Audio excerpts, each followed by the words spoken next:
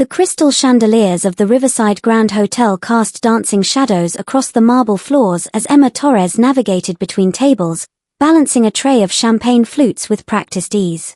At 23, she'd worked at this upscale establishment for 2 years while attending community college at night, her dreams of becoming a music teacher feeling more distant with each passing semester. "Miss, over here." A sharp voice cut through the ambient chatter. Emma turned to find a silver-haired man in an impeccably tailored navy suit gesturing impatiently from table 12.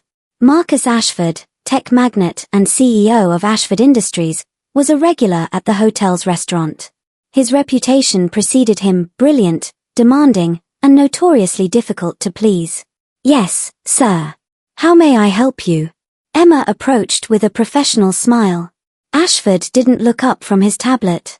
"This wine is completely unacceptable. The temperature is wrong, the vintage isn't what I ordered, and frankly, your service tonight has been subpar at best." Emma's smile faltered. She'd personally verified his order with the sommelier.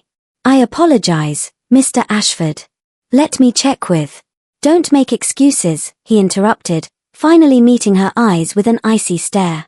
"In my world, incompetence has consequences. Perhaps you'd be better suited to a less demanding establishment." Heat rose to Emma's cheeks. Other diners were beginning to stare. "Sir, I assure you I can resolve this." "Can you?" Ashford leaned back, crossing his arms. "Tell me, what makes you qualified to work at an establishment of this caliber? You certainly don't carry yourself like someone who understands excellence." The words stung more than Emma wanted to admit. She straightened her shoulders, maintaining her composure despite the humiliation burning through her chest. As she opened her mouth to respond, her eyes caught something that made her breath hitch. On the table beside Ashford's tablet lay a leather portfolio, and peeking out from beneath it was the corner of a musical score. Not just any score, Emma would recognize that handwriting anywhere. The distinctive flowing notes, the specific way the treble clef was drawn, the little star annotations in the margins. Her mother's handwriting. "Sir," Emma's voice came out quieter, steadier. "That piece of music. May I ask where you got it?" Ashford glanced down, irritated by the subject change. "That's none of your concern. Now, about that wine. Please." Emma's hand trembled slightly as she pointed. "The composition there. That's my mother's signature style. Those annotations, that's how she marked her scores." For the first time that evening, Ashford's expression shifted. His eyebrows drew together. "Your mother? Isabella Torres. She was a pianist and composer." Emma's voice grew stronger, tinged with both pride and old grief. "She passed away 4 years ago. But that's her work. I'd know it anywhere." The color drained from Ashford's face. His hand moved slowly to the portfolio, pulling out the full score. "Isabella Torres," he whispered, reading the name written in elegant script at the top. You're her daughter?"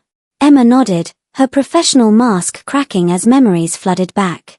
She composed right up until the end. Late stages of cancer, but she never stopped creating music.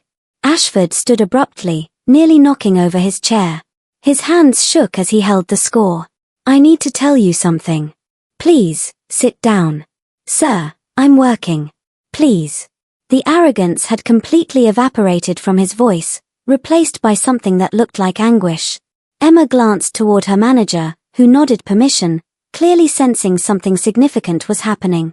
Ashford gestured to the chair across from him, and Emma sat, bewildered. 5 years ago, Ashford began, his voice rough with emotion, "I was at the lowest point of my life. My company was failing, my marriage had ended, and I'd lost all sense of purpose. I was staying at a small bed and breakfast in Portland, considering whether I had any reason to continue." Emma listened, transfixed. "One evening, I heard piano music coming from downstairs. The most beautiful, haunting melody I'd ever heard. I followed the sound and found a woman playing in the small parlor. We talked for hours. She told me about her music, her daughter who she was so proud of, her philosophy that every person has a unique song to contribute to the world." Tears were now streaming down Ashford's face, shocking Emma and the nearby diners who'd never seen the stoic billionaire show such emotion. She gave me this composition, said she'd been working on it and wanted me to have it. Called it the Phoenix Suite. She told me that just like a phoenix rises from ashes, I would rise from my failures. That night changed my entire life. I went back, rebuilt my company with a new vision, actually started caring about people instead of just profits. His hands clutched the score like a lifeline. I never got her contact information. The B&B said she checked out the next morning, and I spent months trying to find her, wanting to thank her, to tell her how she'd saved my life. But I never could track her down. I've kept this composition with me every single day since. It's my reminder, my touchstone.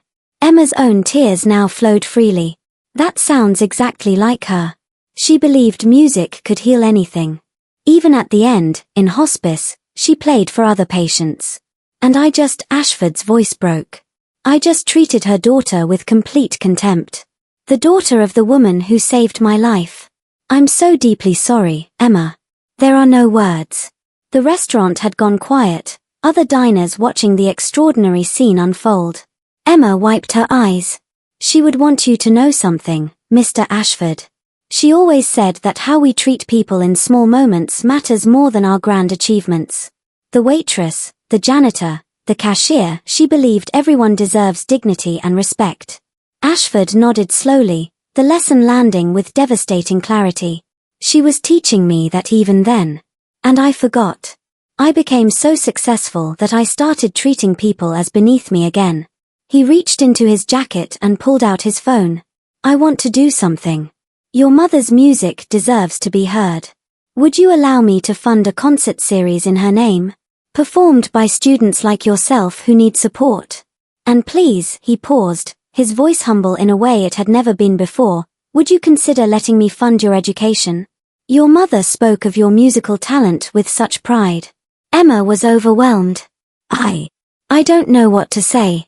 You don't have to decide now. But please know that meeting you tonight, as painful as it's been to confront my own behavior, is a gift. Your mother gave me a second chance at life. Let me honor her memory by doing better, being better. Over the following months, the Isabella Torres Memorial Music Foundation was established.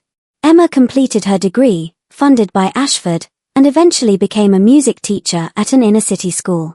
Ashford underwent his own transformation, becoming known not just for his business acumen but for his humility and his treatment of employees at every level.